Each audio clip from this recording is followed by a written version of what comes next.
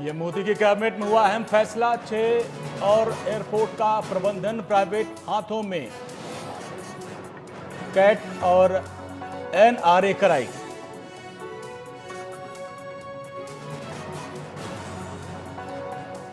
UP में corona का कहर जारी। बीते 24 घंटों में कोरोना के 5,156 नए मामले सामने आए। एक्टिव केस की संख्या 49,645। यूपी सरकार की ओर से दी गई जानकारी। दिल्ली एनसीआर में लोगों को मिला गर्मी से राहत, कई इलाकों में जल जमाव। Traffic alert.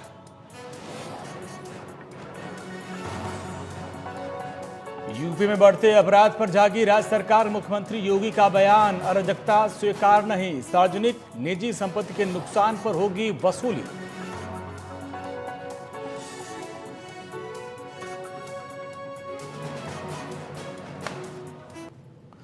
नमस्कार, आप देख रहे हैं राजपथ और मैं हूं आपके साथ अंजनी कुमार सिंह। यूपी की राजनीति में ब्राह्मणों को लेकर खींचतान मची हुई है। हर पार्टी राज्य के 12% ब्राह्मण वोट को लुभाने के लिए नए नए हथकंडे अपना रही है। सभी विपक्षी पार्टियां मिलकर योगी सरकार पर आरोप लगा रही हैं कि सरकार ब्राह्मणों को निशाना बना रही है। लेकिन अब तो पार्टी के अंदर से भी इसको लेकर आवाज उठ रही है। बीजेपी के सुल्तानपुर के लमुआ से जो विधायक हैं देवमणि द्विवेदी ने ब्राह्मणों की हत्या को लेकर अपनी सरकार से सदन में प्रश्न पूछने की तैयारी की है। यूपी विधानसभा का जो सत्र है वो 20 अगस्त से शुरू हो रहा है और जिसके हंगामेदार होने की पूरी संभावना है। सत्र से पहले स्पीकर हृदय नारायण दीक्षित ने सर्वदलीय बैठक की, विशेष हालात में हो रहे सत्र में सहयोग की मांग की और साथ ही कोरोना को देखते हुए विशेष तैयारी की गई है। 600 कर्मचारियों का कोविड टेस्ट कराया गया और साथ ही सभी विधायकों की भी जांच कराई गई है। सत्र के दौरान विपक्ष ने सरकार को घेरने की पूरी रणनीति बना रखी है और साथ ही सत्ता पक्ष और विपक्ष के विधायकों और कर्मचारियों का कोरोना टेस्ट भी कराया गया। 2 दिन पहले जो कोविड टेस्ट करवाया गया था उसमें 20 सचिवालय के कर्मचारी कोरोना पॉजिटिव पाए गए थे जिनको क्वारंटीन किया गया है। और 3 दिवसीय सत्र में काफी हंगामे की आशंका जताई जा रही है।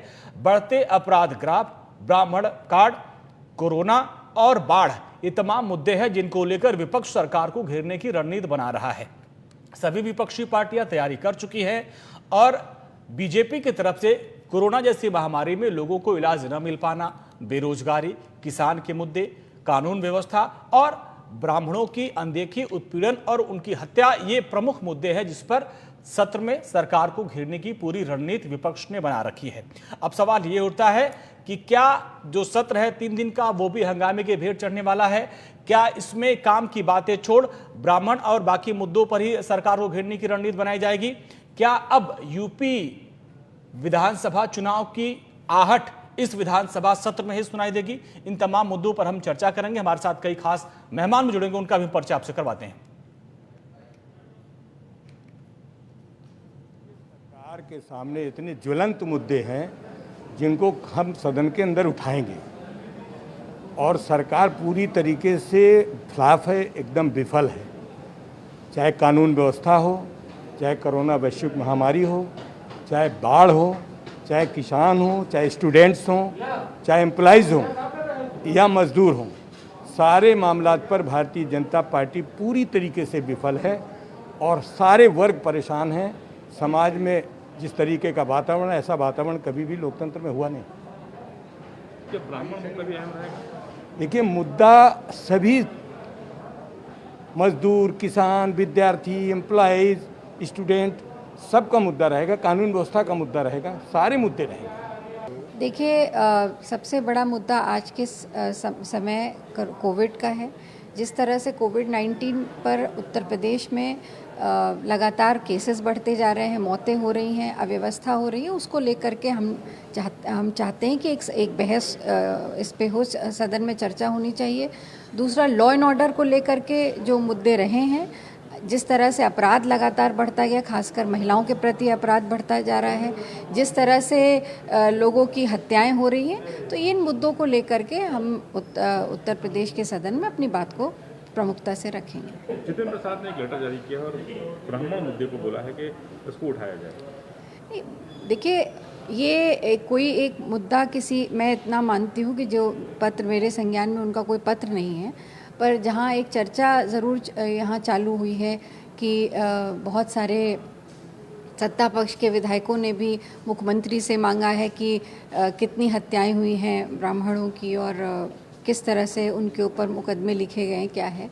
तो मैं सिर्फ एक बात कहूँगी कि अपराधी की कोई जात नहीं होती है, पर यह भी ज़रूरी है कि एक ही जात का अपराधी हो, ये भी आवश्यक नहीं है। इस पे सरकार को इसकी जांच होनी चाहिए। जिस तरह से मुकदमे लगाए जा रहे हैं, जिस तरह से इनकाउंटर्स हो रहे हैं, इस पर एक न्यायिक जांच पूरे सारे जितने भी प्रकरण हुए हैं और जितने प्रकरण पे सवाल उठे हैं, चाहे वो ह्यूमन राइट्स ने उठाए हों, लोगों के परिवारों ने उठाए हों, या स्वयंसेवी संगठनों में उठाए हों, या राजनीतिक दलों ने उठाए हों, अगर सवाल उठा है तो सरकार को उस पर जाँच करानी चाहिए। जी हाँ, कांग्रेस के नेता जतिन प्रसाद ने सभी पार्टियों से निवेदन किया है कि सत्र जो शुरू हो रहा है उसमें ब्राह्मण के मुद्दे को प्रमुखता से उठाएं। और भाभी आपने सुना आराधना मिश्रा को, उन्होंने कहा कि अपराधी किसी एक जात का नहीं होता, लेकिन अगर एक ही जात का है, अगर उस पर उत्पीड़न हो रहा है तो उसकी न्यायिक जांच होनी चाहिए। अब हमारे साथ तमाम मेहमान जुड़ गए हैं, उनका परिचय करवाते हैं, उनसे जानने की कोशिश करेंगे कि क्या इस सत्र में क्या बड़े मुद्दे होंगे, क्या कोरोना कानून व्यवस्था मुद्दे होंगे, या इसमें ब्राह्मण मुद्दा प्रमुखता से छाया रहेगा। हमारे साथ जो खास मेहमान जुड़ रहे हैं उनका हम परिचय आपसे करवा दे। हमारे साथ अशोक पांडे जी हैं, बीजेपी के प्रवक्ता, आपका बहुत बहुत स्वागत है। दीपक गौड़ जी हमारे साथ समाजवादी पार्टी के नेता, आपका बहुत बहुत स्वागत है। और हमारे साथ अखिल भारतीय ब्राह्मण महासभा के पंडित राजेंद्र नाथ त्रिपाठी जी भी हैं, आपका भी बहुत बहुत स्वागत है। और सबसे पहले दीपक गौड़ जी आपके पास ही आएंगे। देखिए, कोरोना काल में विशेष परिस्थितियों में यह सत्र बुलाया गया है कि इस पे जनता के मुद्दों पर चर्चा की जाए, तो क्या प्रमुख वो मुद्दे हैं जिस पर आप सरकार को घेरने की रणनीति बना रहे हैं? क्या इस बार ब्राह्मण मुद्दा प्रमुखता से उठाया जाएगा?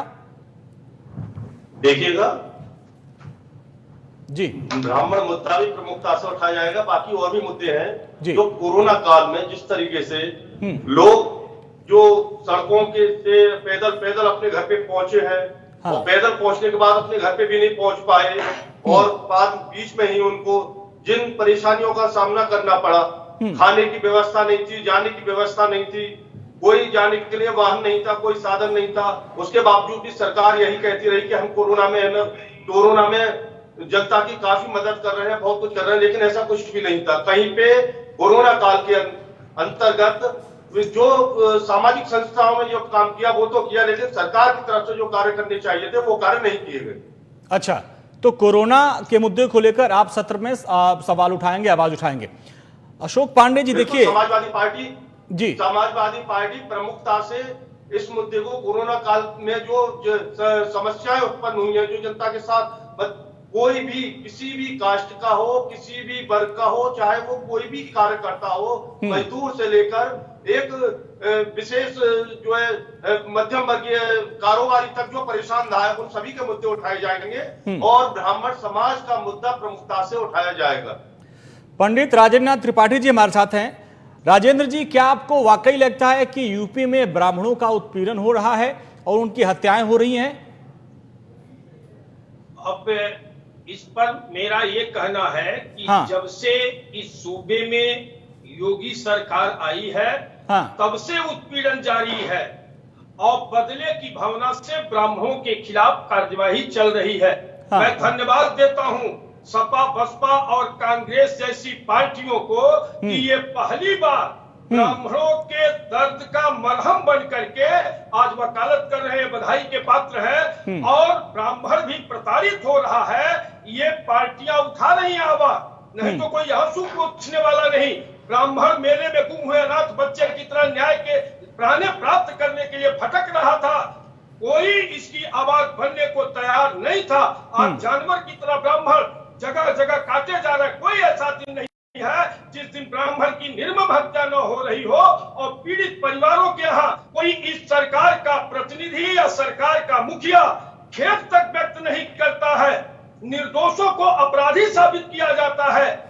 पूरे प्रदेश में राज कायम है, पुलिस अनियंत्रित होकर के कार्य कर रही है और इसकी के द्वारा हम कह रहे हैं कि जनता को प्रताड़ित किया जा रहा है। कहीं सूबे में कानून नाम की चीज नहीं है। तो आपको लगता है कि ब्राह्मणों का उत्पीड़न हो रहा है और उनकी हत्या की जा रही है। क्या आपके पास ऐसा कोई उदाहरण है जिसको वजह से आपको लगता है कि नहीं इस सरकार में बहुत ज्यादा उत्पीड़न हो रहा है? क्योंकि माना जाता है कि जो ब्राह्मण वर्ग के ज्यादातर लोग, उनका झुकाव बीजेपी की तरफ होता है। तो ऐसे में आप ही की पार्टी की सरकार मानी जाती है और आप ही लोग नाराज हैं इससे? देश का विशाल ब्राह्मण समाज, हाँ, इसे पूरी ताकत 85% से ऊपर ब्राह्मणों ने अपना दल समझ करके बड़ी प्रसन्नता के साथ इस सरकार को प्रदेश और केंद्र में बहुमत की सरकार दिलाने का काम किया और अपनी करनी का प्रायश्चित भोग रहा है। आज ब्राह्मण पश्चाताप कर रहा है और अपने को ठगा महसूस कर रहा है। इतनी त्रासदी और इतना ब्राह्मण उत्पीड़न पिछली किसी भी सरकारों में नहीं हुआ था जितना भारतीय जनता पार्टी की उत्तर प्रदेश में यात्रा झेल रहा है ब्राह्मण। कोई एक दो उदाहरण बताया जिसके वजह से लगे कि नहीं वाकई उत्पीड़न हो रहा है ब्राह्मणों का, जिसकी वजह से आपको लगता हो? मैं संघर्ष किया हूं इसी विधानसभा पर। हाँ। पूजाहार कांड के 5 मारे गए निर्दोष ब्राह्मणों को न्याय नहीं मिल रहा था। उस लड़ाई को मैं लड़ा, विधानसभा पे प्रदर्शन किया था। हाँ। 5 लोग मेरे घायल हुए। उसके बाद संज्ञान में लेकर के तब सरकार की तंद्रा टूटी। इलाहाबाद में 2 घटनाएं हुई, 5 लोगों की निर्मम हत्याएं हुई। क्या किया इस सरकार ने? अभी मैं गोरखपुर का रहने वाला हूं। 2 दिन पहले एक अधिवक्ता की निर्मम हत्या कर दी गई। क्या हुआ उसमें? इस तरह के सर देखिए, इस तरह से देखा जाए तो जो अपराधी हैं, जो अपराध बढ़ाए, हत्याएं हुई, उसमें तो सभी जातियों की हत्याएं, जो अपराध सबके साथ हो रहा है, तो उसमें सिर्फ ब्राह्मण एंगल ही क्यों? सर्वाधिक ब्राह्मण की हत्या हो रही है और रोज हो रही है। हत्या है, चाहे किसी के साथ। हाँ। सूबे में अगर किसी के साथ अगर उसमें ब्राह्मण कार्ड ही क्यों हो रही है तो दुखदाई है, लेकिन ब्राह्मण को न्याय नहीं मिल रहा है। बदले की भावना से ब्राह्मण जगह जगह प्रताड़ित किया जा रहा है। किसी अधिकारी के यहाँ जाइए, सिर्फ ब्राह्मण शब्द पर उसको तिरस्कृत करके हटा दिया जा रहा है। ये हालत है उत्तर प्रदेश की। ठीक है अशोक जी देखिए, सत्र से पहले अब देखिए, अब आप अंदाजा लगा सकते हैं किस तरह सत्र होने वाला है। यहाँ पर ब्राह्मण महासभा के पंडित जी हैं राजेंद्र नाथ त्रिपाठी, कई गंभीर आरोप लगाए। आप सोचिए कि 85% ब्राह्मण ने वोट बीजेपी को दिया और उनकी नाराजगी आप देखिए, उत्पीड़न हो रहा है, वो साफ साफ आरोप लगा रहे हैं। लालच में परलोक नसाया, कहीं ऐसा ना हो कि खुदा भी ना मिला और ना मिसाले सरम, ना इधर के रहे ना उधर के रहे। परशुराम की बात हो रही है। सोई बिलगाओ बिहाई समाजा न तुम्हारे जई है सब राजा। वो परशुराम जिसने अपने पिता के कहने पर माता की गर्दन काट दी, वो परशुराम। हाँ। वो परशुराम जो पितृभक्त था, उस परशुराम की बात अगर आज सपा करे, बसपा करे, जो पिता को गद्दी से उतारने के लिए जेल की सलाखों तक भेजने का काम करता हो, जो पिता का कहीं सम्मान ही ना करता हो, वो आज परशुराम की बात करेगा और हम उस पर मानेंगे? नहीं, यहाँ तो ब्राह्मण महासभा के बैठे हैं पंडित जी, आप पहले उनका जवाब दीजिए। सपा पे आएंगे, पहले ब्राह्मण महासभा की तरफ से जो बड़ा गंभीर आरोप लगाया गया है कि कई ऐसी घटनाएं हुई जिससे ब्राह्मणों की हत्या की गई, वो उनकी सुनवाई नहीं हो रही है। मैंने उनका जवाब दे दिया है। नहीं, उनका पहले जवाब दीजिए कि आपकी सरकार में उनका उत्पीड़न हो रहा है। उनका उत्पीड़न किसी का नहीं हो रहा है। जो लोग अपराधियों को संरक्षण दे रहे हैं और अपराधी के लिए आकर के ब्राह्मण कार्ड खेल रहे हैं, हाँ। वो इस कार्ड को खेलना बंद करें। किसी भी सूरत में अपराधी के लिए कोई जात नहीं, अपराधी की कोई प्रथा नहीं। ये वो अपराधी है जो 70, 60, 65 मुकदमों में वांछित थे और यही समाजवादी पार्टी सरकार और बसपा सरकार उनसे वसूली करके उनको छोड़ती रही। लेकिन एक मुकदमा अगर उनके विरुद्ध कायम हुआ है, चाहे वो धर्मेंद्र सिंह हो, उनके विरुद्ध कायम हुआ तो क्षत्रिय एकत्र होने लगे कि क्षत्रिय का विरोध हो रहा है, क्षत्रिय फंसाया जा रहा है। जब पुष्पेंद्र यादव को पकड़ा गया तो यादव विरोधी। ये जाति की सरकार नहीं है, ब्राह्मण श्रेष्ठता का कार्य करता है और भारतीय जनता पार्टी जाति की सरकार नहीं। भारतीय जनता पार्टी में जो व्यक्ति राम का नहीं, वो किसी काम का नहीं। हमारी सोच राम से है और मर्यादा पुरुषोत्तम भगवान राम का जो आचरण था उस पर काम करने वाले लोग हैं। हम चाणक्य की पूजा करने वाले लोग हैं, चाणक्य को मानते हैं। ब्राह्मण वो जाति है जो किसी दूसरे को सर्वोपरि बना करके राजगद्दी समर्पित करता है, वो मार्ग प्रशस्त करता है समाज में। लेकिन जब ब्राह्मण नाराज है तो आप मनाने की कोशिश नहीं करेंगे। ब्राह्मण नाराज है और इस डिबेट में आपके बगल में बैठे हैं वो। बिल्कुल भी नाराज नहीं है। हाँ। कोई ब्राह्मण नाराज नहीं है। ये कतिपय वो लोग नाराज हैं जो जिनके पास कोई मुद्दा नहीं है, जो आज सरकार के सामने पूरी तरह नतमस्तक हैं। चाहे कोरोना की बात मैं सुन रहा था अभी, कोरोना पॉजिटिव होने की स्थिति में जिस प्रकार से सरकार ने अपना काम किया है, घर घर लोगों को सेवाएं पहुंचाई हैं, जिस प्रकार से राशन सामग्री पहुंचाई गई है, जिस प्रकार से दवाई पहुंचाई गई है, जिस प्रकार से लोगों की सेवा की गई है, लोगों ने पुलिस का एक ऐसा रूप देखा है जहां लोग पुलिस की बधाई और तारीफ कर रहे थे। पूरा सोशल मीडिया पुलिस की तारीफ से भरा हुआ था। अब एक व्यक्ति पकड़ा गया जो वांछित है, गुंडा है, क्रिमिनल है, आज उसी व्यक्ति को पुलिस पकड़ रही है जो 8-8 पुलिसकर्मियों की हत्या कर देता है, जो लोगों के घर में डकैती करता है, जो इस प्रकार के लोगों को अगर पुलिस पकड़ रही है, तो आज जो भी राजनीतिक दल उनका समर्थन कर रहे हैं, पुलिस ने मदद की है, पुलिस ने, सेना ने, सब लोगों ने मदद की है, पुलिस ने मदद की है। वो अपराधियों के हौसले बुलंद। मैं आपकी बात का जवाब दूंगा, पहले मित्र मेरी बात सुन लीजिए और उत्तेजित मत होइए।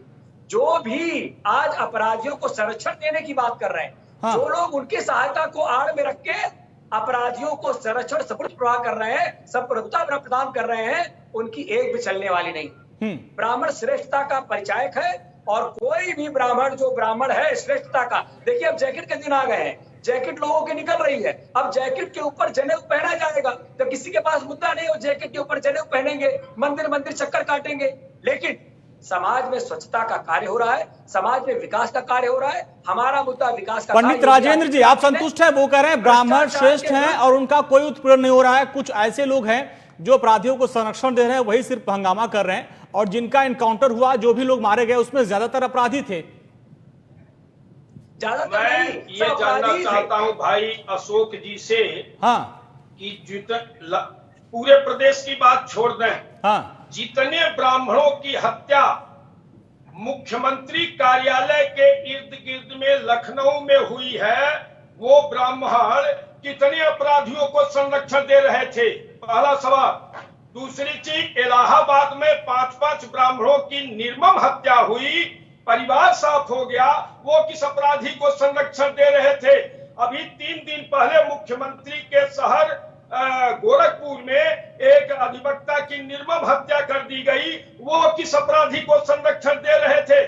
गलत मारने वाला कौन है? गलत जवाब दीजिए। मारने वाला कौन है? अशोक जी जवाब दीजिए। 3-4 उदाहरण दिया, 3-4 उदाहरण दिया कि इस वजह से ब्राह्मण समाज नाराज है। मैं मानता हूं, मैं अपना समझ करके भारतीय जनता पार्टी को सरकार लाया, 3.5 साल इस सरकार को हो गया। एक कार्य बता दे कि ब्राह्मण समाज सहित सवर्णों के लिए, गरीब सवर्णों के लिए यह सरकार कोई किया हो, कोई कार्य किया हो, बता दे। अशोक जी बताइए। अभी तक तो ये लगता था कि सवर्णों की पार्टी है, ब्राह्मणों की पार्टी है, ठाकुरों की पार्टी है। इन्होंने कह दिया कि आपने तो सवर्णों ब्राह्मणों के लिए कुछ किया ही नहीं। देखिए, भारतीय जनता पार्टी में जिस प्रकार 2013 से भाई नरेंद्र मोदी ने एक मूल मंत्र दिया, सबका साथ, सबका विकास, सबका विश्वास। हम किसी एक व्यक्ति के ऊपर या किसी के समाज के सभी लोग मिलकर काम करते हैं और समाज में समरसता हो रही है। आज राजेंद्र नाथ त्रिपाठी जी, मैं आपका बहुत सम्मान करता हूं, लेकिन पूरे सम्मान के साथ आपसे कहना चाहता हूं कि जिन लोगों की हत्या का नाम आप ले रहे थे, उनका हत्यारे पकड़े गए, और वो कौन है? वो भी तो बताइए, वो कौन है? वो परिवार के पटीदार के लोगों की जमीनी झगड़े पर, पुश्तैनी झगड़ों राजेंद्र नाथ त्रिपाठी जी, जो 2-3 उदाहरण आपने दिया, उसमें जिन लोगों ने हत्या की थी वो लोग भी ब्राह्मण ही थे। मुझे पूरी जिन लोगों ने हत्या की थी वो लोग भी ब्राह्मण ही थे। पंडित राजेंद्र नाथ त्रिपाठी, मेरी बात कमलेश तिवारी की हत्या किसने किया? गोरखपुर में हिंदू नेता लखनऊ में कमलेश तिवारी की हत्या किसने किया है? मेरी बात क्यों हत्याएं हो रही है? सिर्फ ब्राह्मणों की क्यों, सर्वाधिक ब्राह्मणों की हत्याएं क्यों हो रही है? क्या ये अच्छे कानून नहीं हुई है? क्या है कानून व्यवस्था ठीक है नहीं हुई है? मैं जानना चाहता हूँ। दीजिए अशोक जी जवाब दीजिए। होता है अशोक जी जवाब दीजिए। कब जन्म लेता है? 3.5 साल की सरकार में आपको अपराधी जन्म नहीं लिए हैं। 3.5 साल अशोक जी जवाब दीजिए।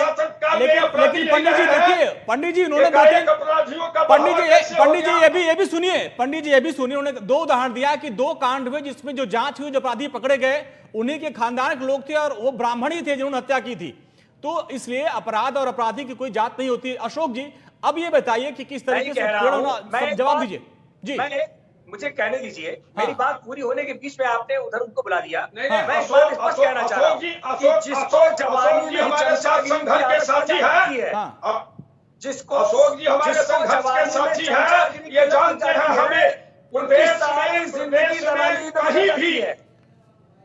प्रदेश में स्पष्ट रूप से कहना चाह रहा हूँ कि जिसको जवानी में चमचागिरी की आदत लग जाती है, उसकी पूरा जीवन दलाली में गुजर जाती है। मैं इसके सिवा आपसे सिर्फ इतना ही कहना चाहता हूं कि भारतीय जनता पार्टी सबका साथ सबका विकास को लेकर आगे बढ़ रही है। और जो राम नाम की लूट है, वो लूट सके तो लूट। यहाँ पर योगी आदित्यनाथ जी ने भ्रष्टाचार के विरुद्ध और अपराध के विरुद्ध जीरो टॉलरेंस रखा है, और उस जीरो टॉलरेंस में आज मैं दृढ़ता के साथ आपके टीवी चैनल पे पूरी ईमानदारी से कहना चाह रहा हूं कि आज उत्तर प्रदेश में संगठित अपराध में 88% कमी आई है।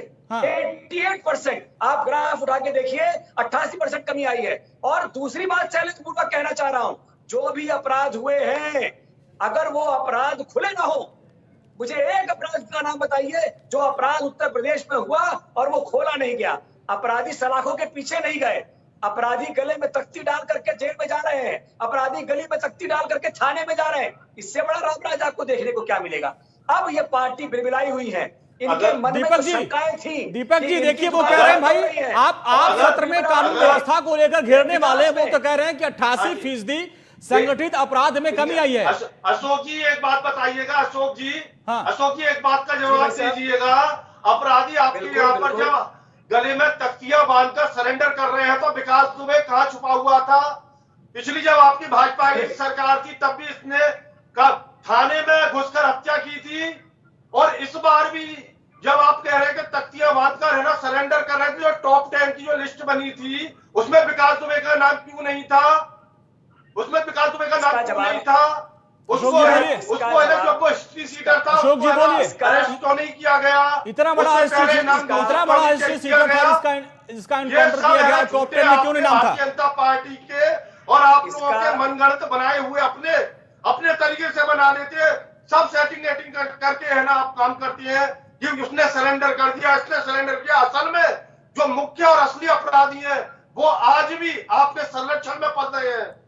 सिर्फ ब्राह्मणों को टारगेट किया जा रहा है, और आप लोगों की मजबूरी ये है, आप भारतीय जनता पार्टी में होने के बावजूद आप नहीं बोल सकते ब्राह्मणों के लिए, क्योंकि आपको सरकार में रहना है। और अगर आपको अगर सरकार में रहना है तो आपको भारतीय जनता पार्टी की बात बोलनी पड़ेगी, ब्राह्मणों की बात आप नहीं बोल सकते।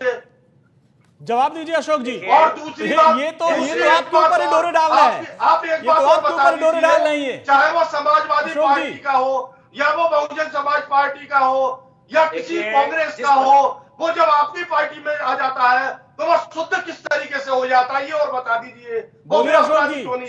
अशोक जी जवाब बताइएगा। अब सुन लीजिए दीपक जी, सुनिए। योगी आदित्यनाथ जी की लोकप्रियता से सपा और बसपा ये जिस प्रकार से खिसियानी बिल्ली की तरह आज व्यवहार कर रहे हैं, जिस प्रकार से महाराणा प्रताप को बंदी बनाने का मंसूबा अकबर कभी भी पूरा नहीं कर पाया, उसी प्रकार से मैं इन दोनों राजनीतिक दलों को पूरा चैलेंज देता हूं कि योगी आदित्यनाथ को ये कभी डिफेम नहीं कर पाएंगे। वो योगी है जिसके कार्यशैली में योग है, और जिस व्यक्ति ने सबका साथ सबका विकास सबका विश्वास जीता है और घर घर में आज विश्वास जीता है, वह आपके सामने एक उदाहरण के रूप में है। अभी आपने कहा विजय मिश्रा, ये विजय मिश्रा 70 मुकदमे में वांछित था, और कौन उसको बचा रहा था? क्यों नहीं मुलायम सिंह हेलीकॉप्टर लेके आप बचाने चले गए जब मायावती के रिजीम में हेलीकॉप्टर लेकर के बचाने गए थे? आज किसी की हिम्मत होती तो बचा के दिखाता। दीपक जी जवाब दीजिए। दीपक जी जवाब दीजिए, विजय मिश्रा को लेकर भी हो रहा है। उनको ऊपर अपराध दर्ज है नहीं है, कोई और बता दीजिए, या केवल विजय मिश्रा के ऊपर अपराध दर्ज है? भारतीय जनता पार्टी के अंदर जो विधायक मंत्री है उनसे किसी पर मुकदमे दर्ज है या नहीं के बलिए बता दीजिए। आप कह दीजिए किसी पर मुकदमा दर्ज नहीं है। मुझे एक बात कहने तो दीजिए, उसके ही परिवार में उसके सगे भतीजे ने मुकदमा लिखवाया, हिम्मत से उसके अंदर हिम्मत आई, और योगी आदित्यनाथ के नाम पर उस पर हिम्मत आई, मुकदमा थाने में लिखवाया, और उसने कहा कि मेरा मकान जबरदस्ती कब्जा करके अपने नाम लिखवा रहे हैं। 48 घंटे के अंदर उसकी गिरफ्तारी हुई। आज यही विकास दुबे क्या हुआ? वही विकास दुबे 62 मुकदमे में वांछित होकर जमानत में घूम रहा था, और इन्हीं पुलिस वालों से इनके साथ जो मैंने कहा ना गठजोड़ की बात, उसी 88% में ये भी दुबे भी है, विकास दुबे का ही मामला है कि जो गठजोड़ था, आज हमने 332 दरोगाओं को बर्खास्त किया है, 1600 से अधिक सिपाहियों को बर्खास्त किया है, 3 पीपीएस अधिकारी जो डिप्टी एसपी थे बर्खास्त किया है। मुझे बताए ना 15 साल की सरकार जिनका कारनामा बोलता है, एक को बर्खास्त करके बोलिए दिखाया। सर, दीपक जी बोलिए, क्या किया आपने? अपराधी साझा करता था। दीपक जी बोलिए, जवाब दीजिए। माफिया, भीषण माफिया, यहाँ का सरकार की नाकामियों को आप अपनी सरकार की 3.5 साल की जो नाकामियां हैं उनको आप प्रशासनिक अधिकारियों पे डाल के, अगर ये छाएंगे, अगर ये चाहते हैं कि फंदा छूट जाएगा, नहीं छूटेगा। जनता आपको चुनाव में 2022 के चुनाव में जवाब देगी। जनता बैठी हुई है तैयार। अब आपके पास कुछ है नहीं कुछ करने के लिए। राम मंदिर आपने कर दिया, कितनी बार शिलान्यास कर दिया। अब आपके पास कुछ ऐसा है नहीं जिससे कि आप 2022 का चुनाव में कुछ कारनामा कर पाए। ठीक है, अभी एक ब्रेक के लिए रुकेंगे सर, ब्रेक के लिए रुकेंगे। अशोक जी आपके पास आएंगे, पंडित जी आपके पास भी आएंगे। देखिए, अभी इस डिबेट से पहले तमाम जो बातें उठी, बीजेपी के प्रवक्ता ने कहा कि जो कुछ हत्याएं हुई उसमें मैक्सिमम जो जांच हुई, जो गिरफ्तारियां हुई, वो उन्हीं के रिश्तेदार थे जो जमीनी विवाद, प्रॉपर्टी विवाद या आपसी कलह में उनकी हत्या हुई थी। लेकिन सवाल अभी भी है, जैसा कि पंडित राजेंद्र नाथ कह रहे हैं कि कई बार इंसाफ की गुहार लगाने के लिए वो खुद संघर्ष करते रहे। अब सवाल ये उठता कि क्या 2022 का विधानसभा चुनाव ब्राह्मणों के मुद्दे पर ही लड़ा जाएगा? क्योंकि एसपी कह रही कि मैं भगवान परशुराम का सबसे बड़ा मंदिर, सबसे बड़ी मूर्ति बनवाऊंगा। बीएसपी ये कह रही कि भाई मैं उनसे भी बड़ी मूर्ति लगवाऊंगी और उनकी पूजा की जाएगी। इस पर भी बात करेंगे छोटे से ब्रेक के बाद।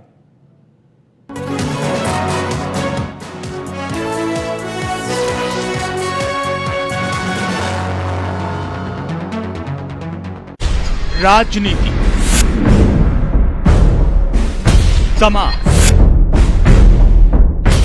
शहर, गांव, यूपी है देश की शान। आप हैं यूपी की जान और हम हैं आपकी आवाज। नमस्कार, आप देख रहे हैं दिल्ली में यूपी भवन में नेशनल वॉइस, राष्ट्र धर्म सर्वप्रथम नए अंदाज में। ज्वलंत सवाल, देश मांगे जवाब, कहीं जटिलता, कहीं बवाल, हर बड़ी खबर का हम बताएंगे मर्म। हमारे लिए राष्ट्र धर्म सर्वप्रथम। राष्ट्र धर्म जल्द आ रहा है दीपक शर्मा के साथ, सिर्फ नेशनल वॉइस पर। राजनीति, समाज, शहर, गांव, यूपी है देश की शान। आप हैं यूपी की जान और हम हैं आपकी आवाज। नमस्कार, आप देख रहे हैं दिल्ली में यूपी भवन में नेशनल वॉइस, राष्ट्र धर्म सर्वप्रथम नए अंदाज में। झूठ की पर्दा ਨੂੰ खोलकर ਅਸੀਂ सच ਤੁਹਾਡੇ तक पहुंचावांगे। लोकतंत्र ਦਾ चौथा स्तंभ ਅਸੀਂ ਤੁਹਾਨੂੰ सिर्फ तथ्य ही विखावांगे, क्योंकि ਸਾਡੇ ਲਈ सब तो पहला राष्ट्र धर्म सर्वप्रथम। फेसबुक ते ਸਾਡੇ ਨਾਲ बनने ਲਈ पेज ਨੂੰ लाइक करें ते कमेंट करें ते शेयर करना ना भूलें। ट्विटर ते भी तुसी सानू फॉलो कर सकते हो, नाले यूट्यूब चैनल ते सब्सक्राइब करें ते बेल आइकन नु दबाना ना भूलें। नेशनल वॉइस, राष्ट्र धर्म सर्वप्रथम।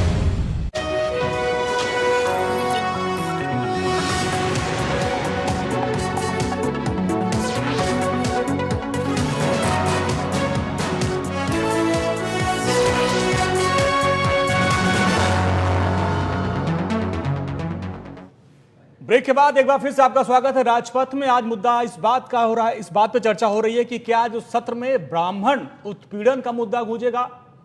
इस पर चर्चा हो रही है। और डिबेट से पहले जो ब्राह्मण महासभा के पंडित राजेंद्र जी वो कह रहे हैं कि इस सरकार में सबसे ज्यादा ब्राह्मणों का उत्पीड़न किया गया। बीजेपी की तरफ से जवाब किया गया कि जो हत्याएं हुई हैं उसमें ज्यादातर परिवार के सदस्य उसमें शामिल थे।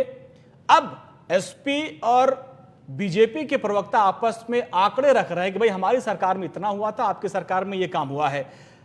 पंडित जी, आपने बीजेपी को भी सुना, आपने समाजवादी पार्टी को भी सुना। बीजेपी ने कहा कि भाई जो अभी अपराधी जिनका एनकाउंटर हुआ उसमें ज्यादातर वो लोग थे जो नामी गिरामी जिनके ऊपर इनाम था। 6 ब्राह्मण जिनकी हत्या हुई थी वो सिर्फ बिकरू कांड में शामिल थे, जिसमें 8 पुलिस वालों की हत्या हुई थी, जिसमें सीओ जो मारे गए थे, सीओ साहब, वो खुद एक ब्राह्मण थे। तो ये माना जा रहा है कि अब आप ऐसा तो नहीं आप कांग्रेस के और विपक्ष के ट्रैप में फंस रहे हैं कि कांग्रेस के नेता जतिन प्रसाद ने सभी नेताओं से आग्रह किया है कि आप लोग ब्राह्मण के मुद्दे को विधानसभा में उठाएं। तो ऐसा तो नहीं, ये लोग जो ब्राह्मण वोट बैंक कांग्रेस से खिसक गया था उसको वापस पाने के लिए ये जाल फेंक रहे हैं और आप लोग उस जाल में फंस रहे हैं।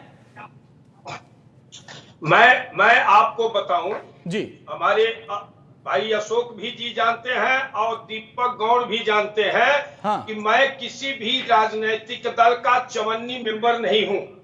मैं जिस समाज की चौकीदारी कर रहा हूं धरातल पर वह संगठन है, सभी जिलों में है, अन्य राज्यों में है, ये दोनों हमारे भाई जान रहे हैं। मैं संघर्ष कर रहा हूं। मैं यही कह रहा हूं कि क्या आप विपक्ष के ट्रैप में तो नहीं फंस रहे हैं? ब्राह्मण समाज विपक्ष के ट्रैप में तो नहीं फंस रहा है? जितनी भी घटनाएं हुई हैं मैक्सिमम या तो मैं पहुंचा या मेरे लोग पहुंचे हैं। मैं आपको बताऊं, मैं इसी बात को बता दे रहा हूं कि मैं किसी दल से प्रायोजित आयोजित नहीं हूं। ये अगर कोई आरोप लगाता है तो उसको प्रमाणित करना पड़ेगा, पहली चीज। दूसरी चीज ये है कि बड़ी उम्मीद के साथ, बड़े भरोसा के साथ इस प्रदेश और देश का ब्राह्मण पूरी मेहनत और निष्ठा के साथ भारतीय जनता पार्टी को बहुमत की सरकार दिलाने में योगदान अपना दिया, लेकिन आज ठगा क्यों महसूस कर रहा है? क्यों न्याय से वंचित है? क्यों हाथों ब्राह्मण मचाए हुए है? सबका साथ, सबका विकास अगर है तो मैं जानना चाहता हूं कि यह सरकार। सर, ये ब्राह्मण का मुद्दा आखिर कब से, ब्राह्मणों के उत्पीड़न का मुद्दा अभी कब से उठा? बिकरू कांड के बाद से ही उठा, उसके पहले तो कोई ऐसी चर्चा नहीं थी कि ब्राह्मणों का उत्पीड़न हो रहा है। बिकरू कांड के बाद से अचानक से ऐसा क्या हुआ कि सारे ब्राह्मण ऐसे लग रहे हैं कि विपक्ष बोल रहा है कि सारे ब्राह्मण नाराज हैं? बिकरू कांड से पहले से मैं संघर्ष करते आ रहा हूं। 3 बार मैं विधानसभा पर प्रदर्शन किया, जिलों में हमारा संगठन पीड़ित ब्राह्मणों को न्याय दिलाने के लिए संघर्ष किया है। मैं तो करते आ रहा हूं जी, और करता रहूंगा। अब बिकरू कांड से अंत हो गया है, अगर ऐसा महसूस कर रहा, बिकरू कांड से देश के सारे राजनीतिक दल कब महसूस किए हैं कि अब ब्राह्मणों पर अन्याय हो रहा है? राजनीतिक दलों का विषय है। मैं बधाई देता हूं, मैं तो कहा हूं कि सपा बसपा कांग्रेस को बधाई है कि पहली बार ये दल ब्राह्मणों की पीड़ा को समझने का काम किया और उन्हें न्याय दिलाने की वकालत कर रहे हैं। ये लोग बधाई के पात्र हैं। ठीक है किसी ने नहीं। अशोक जी देखिए, विपक्ष का जो ये दाव था वो काम आ गया। ये माना जा रहा है कि 12% वोट बैंक में सेध लगाने की पूरी कोशिश की जा रही थी। कांग्रेस जो सत्ता से बहुत दिन तक बाहर थी, ब्राह्मण वोट बैंक उनका मेन कॉर्डर था। और अब जिस तरीके से पंडित राजेंद्र जी उनको धन्यवाद दे रहे हैं, तो माना जा रहा है कि क्या आपके वोट बैंक में सेध लग गई? अब आपसे मैं सिर्फ 2 मिनट के लिए हाथ जोड़ के निवेदन करूंगा कि मेरी बात पूरी हो जाने दीजिए जी। जब तक मैं अपनी बात पूरी नहीं करूं, बीच में मुझे अगर व्यवधान होगा तो मैं अपनी बात नहीं कर पाऊंगा और जो लोग सुन रहे हैं उनके पास विषय क्लियर नहीं होगा। आपने विषय बहुत महत्वपूर्ण उठाया है जी, बोलिए। मैं सबसे पहले एक नारा, मिले मुलायम काशीराम, हवा में उड़ गए जय श्री राम। तिलक तराजू और तलवार, इनको मारो जूते चार। आज वो लोग परशुराम की मूर्ति बनाने के लिए होड़ कर रहे हैं। कौन कितनी बड़ी मूर्ति बनाएगा, ये योगी आदित्यनाथ का पहला कदम है। दूसरी बात, मैं आपके सामने पूरी दृढ़ता और विश्वास के साथ रखना चाह रहा हूं कि मेरे पास जो आंकड़े हैं वो पहली बार आपके टीवी चैनल पे मैं दे रहा हूं। यदि मुझे नहीं देना चाहिए था, विधानसभा में दिया जाएगा, लेकिन मैं आपके आंकड़े आपके टीवी चैनल पे दे रहा हूं कि 134 अब तक एनकाउंटर्स में लोग मारे गए अपराधी।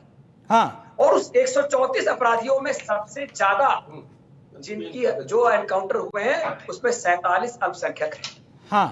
उसके बाद 21 ब्राह्मण हैं और उसके बाद जो सबसे ज्यादा है वो क्षत्रिय हैं।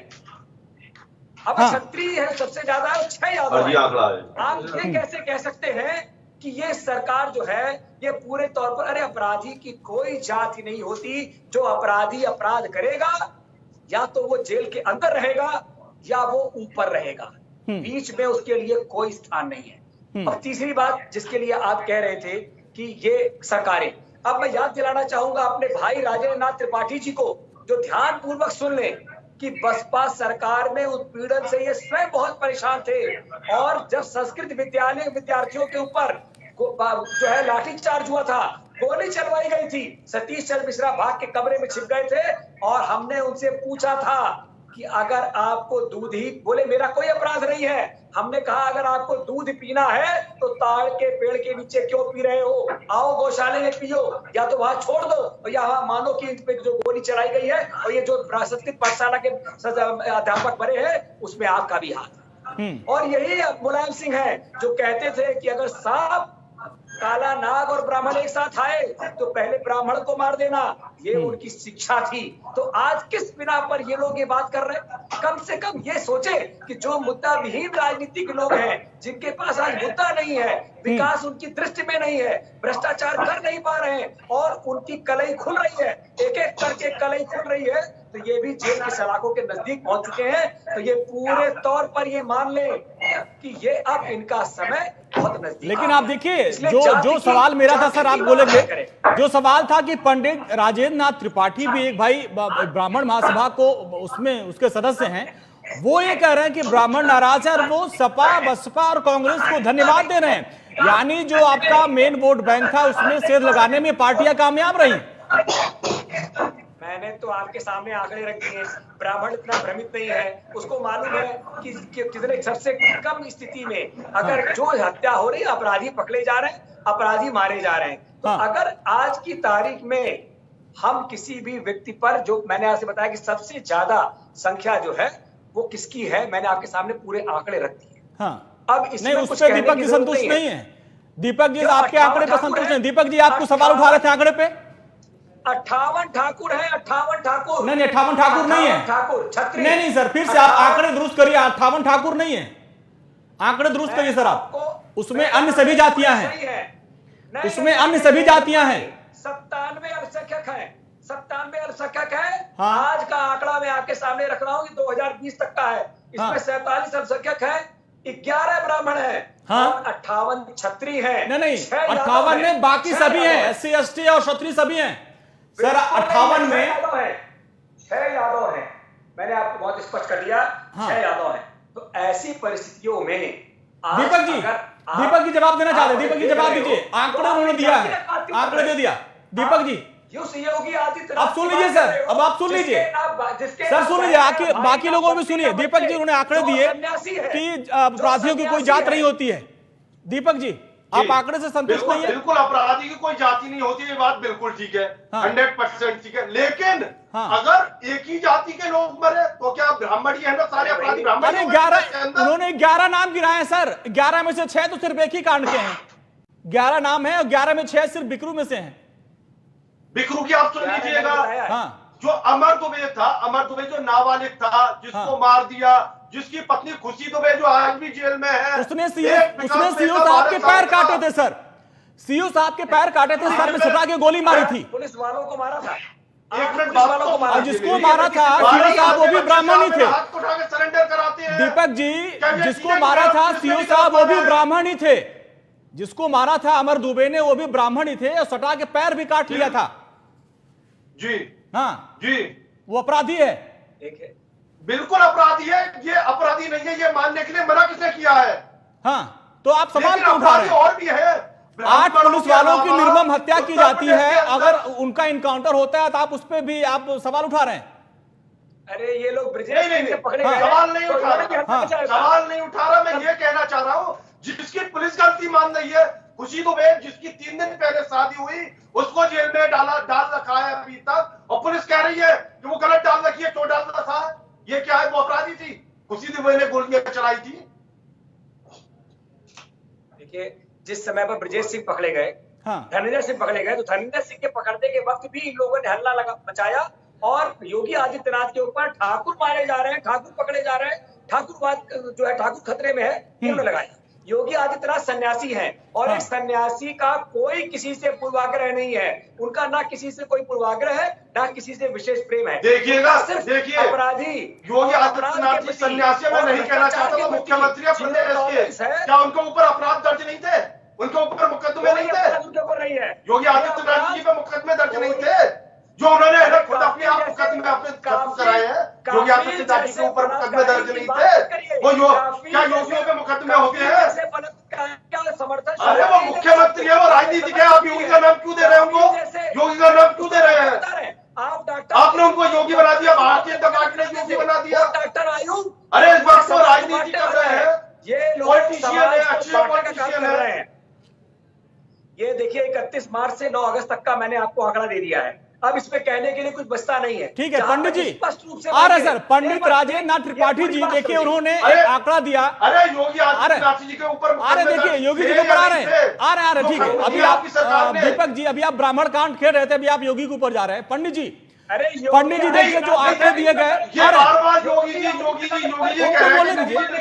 हाँ वो योगी हैं और लेकिन वो बड़े हैं, वो मुख्यमंत्री हैं पंडित जी। हाँ वो मुख्यमंत्री हैं, वो मुख्यमंत्री सबके मुख्यमंत्री हैं। लेकिन पंडित जी को लाने दीजिए डिबेट में।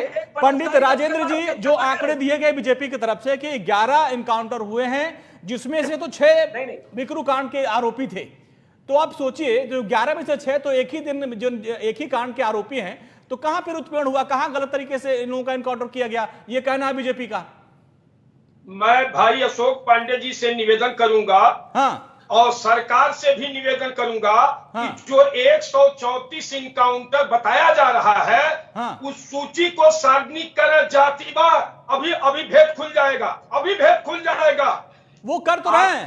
जो सार्वजनिक करें और पूरे प्रदेश में टॉप माफियाओं का, गुंडों और हत्यारों की सूची भी सार्वजनिक करें और अपने मंत्रिमंडल के लोगों को भी। तो पंडित जी आप क्या चाहते हैं कि अब अपराधियों की जांच होगी, अब अपराधियों की भी जांच मतलब जांच में तय किया जाएगा कि फला जात का अपराधी है, ये फला जात का अपराधी है। अब आप क्या चाहते हैं कि 2022 का जो चुनाव हो वो जातियों पे लड़ा जाए, जातियों पे चुनाव लड़ेंगे?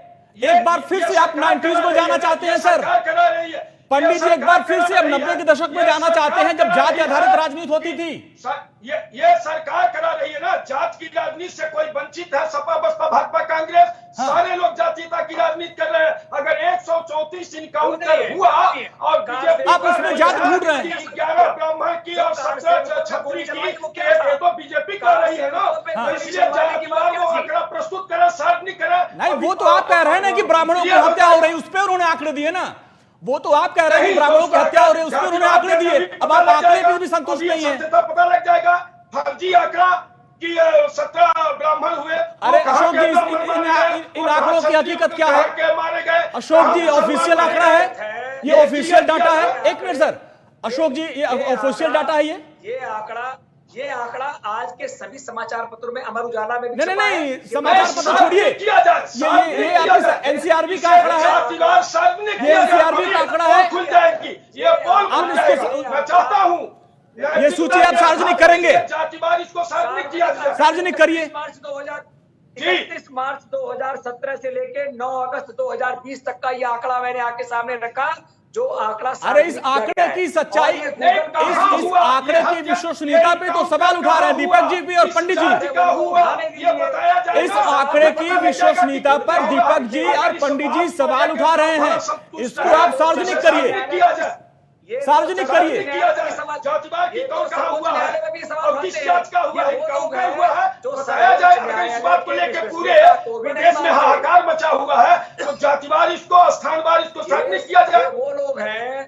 ये वो लोग हैं जो सर्वोच्च न्यायालय के ऊपर भी विश्वास नहीं करते, ये तो सबकी विश्वसनीयता में सवाल उठाते हैं। ये तो भगवान को भी अगर संकट आ जाएगा तो नहीं मानेंगे, तो हम इनकी बात नहीं कर रहे। हम तो अपनी सफाई में बता रहे हैं कि जो आंकड़े हैं ये आंकड़े सरकार के नहीं है, ये आंकड़े सार्वजनिक रूप से जारी किए गए हैं, सीआरबीसी के आंकड़े हैं जो समाचार पत्रों ने छापा भी है, तो आप उसको चेक कराइए। अंजलि जी, आदरणीय अंजलि जी, आदरणीय अंजलि जी, मेरी बात सुने। मैं कहता हूं कि 678 ब्राह्मणों की हत्या 1 जनवरी से लेकर 30 जुलाई के अंदर क्या हुई आंकड़े हैं आपके पास है? मेरे पास है, मैं दे दूंगा उसको। आंकड़े कहाँ, क्या उन आंकड़ों की हकीकत क्या है सर? मैं करूंगा।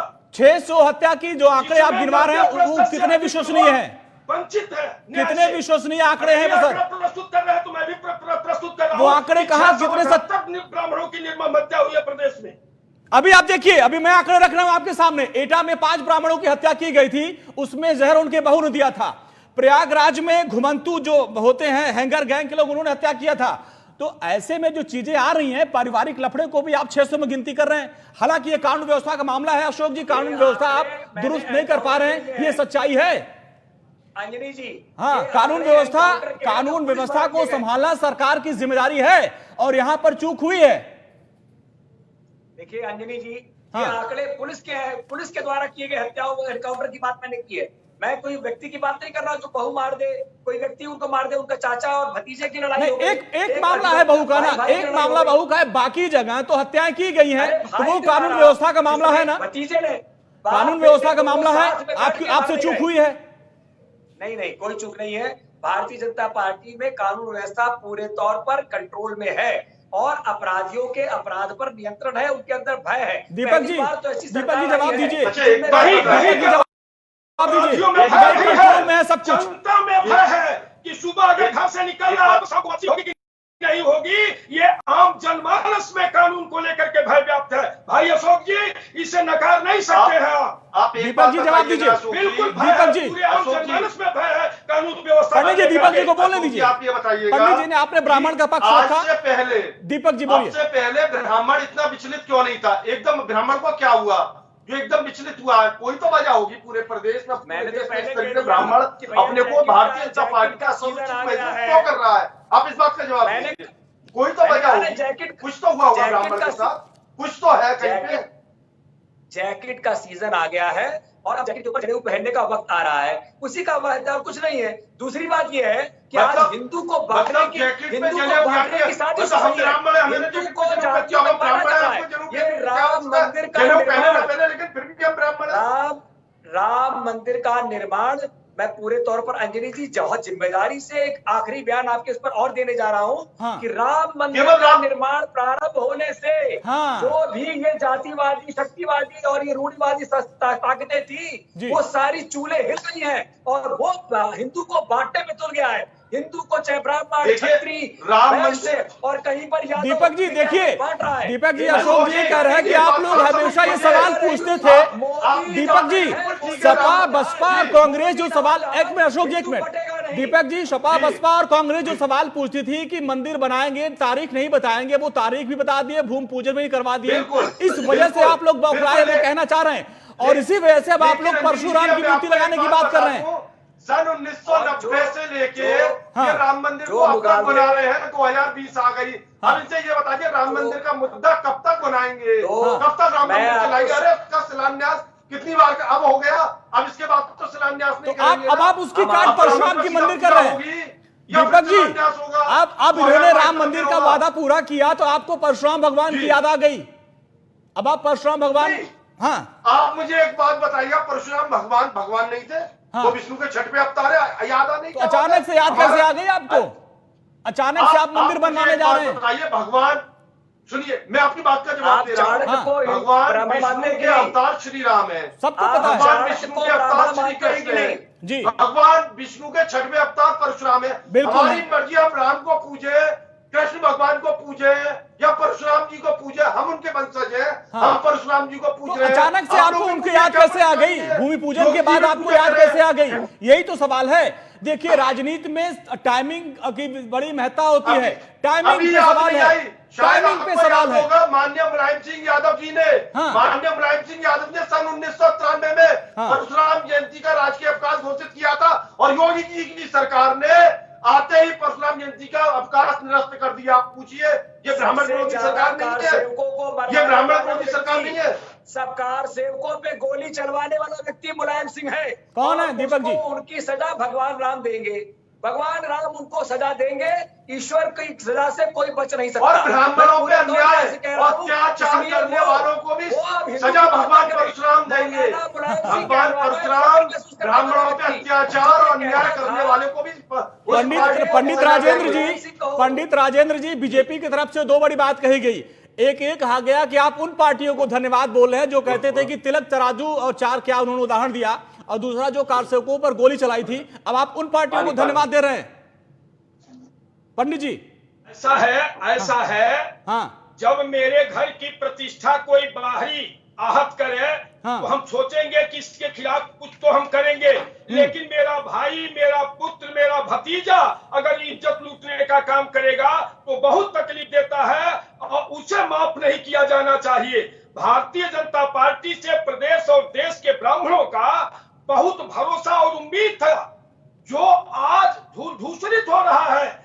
हम सपा में भी प्रताड़ित हुए, बसपा में भी हुए, हम देख रहे हैं, और वही उससे बदतर हालात अगर अपनी सरकार में हो रही है तो यह सबसे बड़ा दुर्भाग्य है। बड़ा सवाल आपका है, हम फाइनल पड़ाव में आ गए सर। ये आपने एक बड़ा सवाल उठाया है और इसका फाइनल जवाब लेंगे समाजवादी पार्टी से दीपक गौड़ जी। क्या जो विधानसभा का सत्र शुरू होने वाला है उसमें कोरोना कानून व्यवस्था के अलावा सबसे बड़ा मुद्दा ब्राह्मण ही होगा?